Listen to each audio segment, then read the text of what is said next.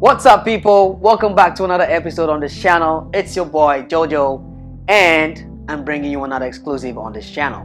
But before we get right into it, as usual, if you're watching my videos for the very first time, please do all to like, sub, and click on the notification button so that whenever I upload a video, you get a chance to see it.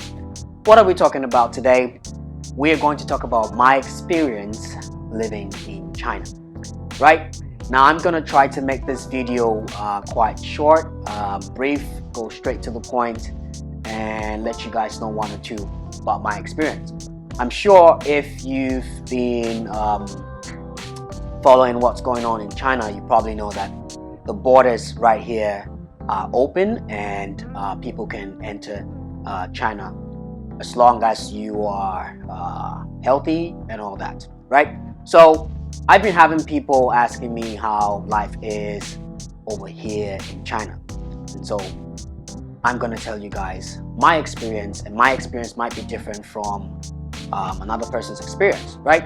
Now, if you've watched my very last video whereby I was talking to a very good friend of mine, Hafid, he also shared his experience living in China. So if you haven't watched that video yet, it's going to show up somewhere here or down there, or you can check the description box below.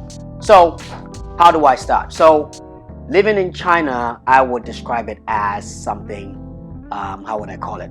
Like a bittersweet, right? Sometimes good and sometimes bad.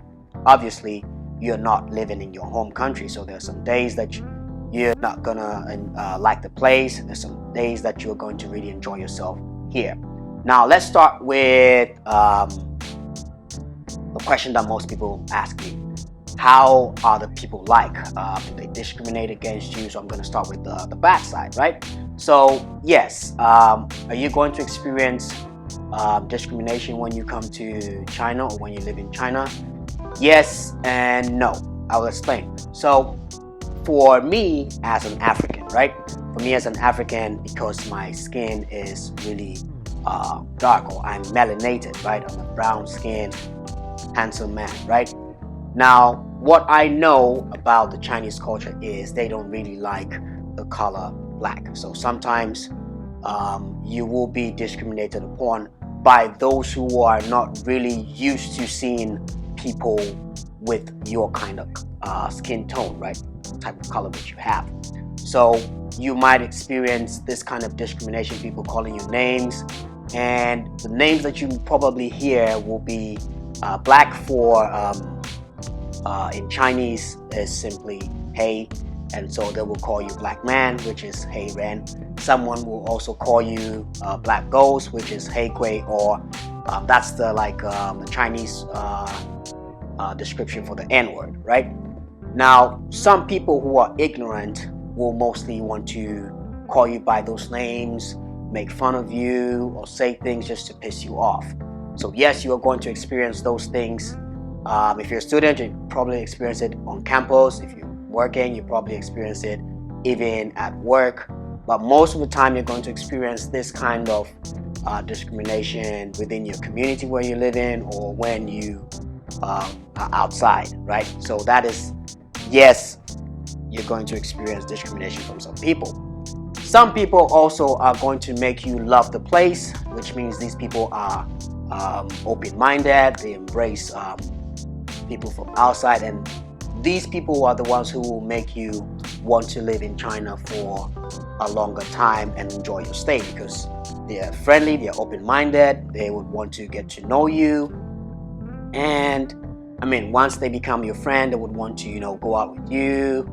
To show you one or two things in whatever city that you might be living in. So that's done with the discrimination part, whether or not you're going to experience it. I, for one, I do experience it most of the time, especially when I'm outside, like I was saying.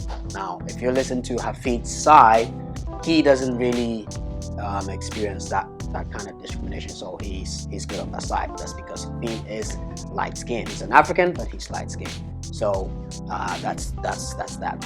And what do we talk about again?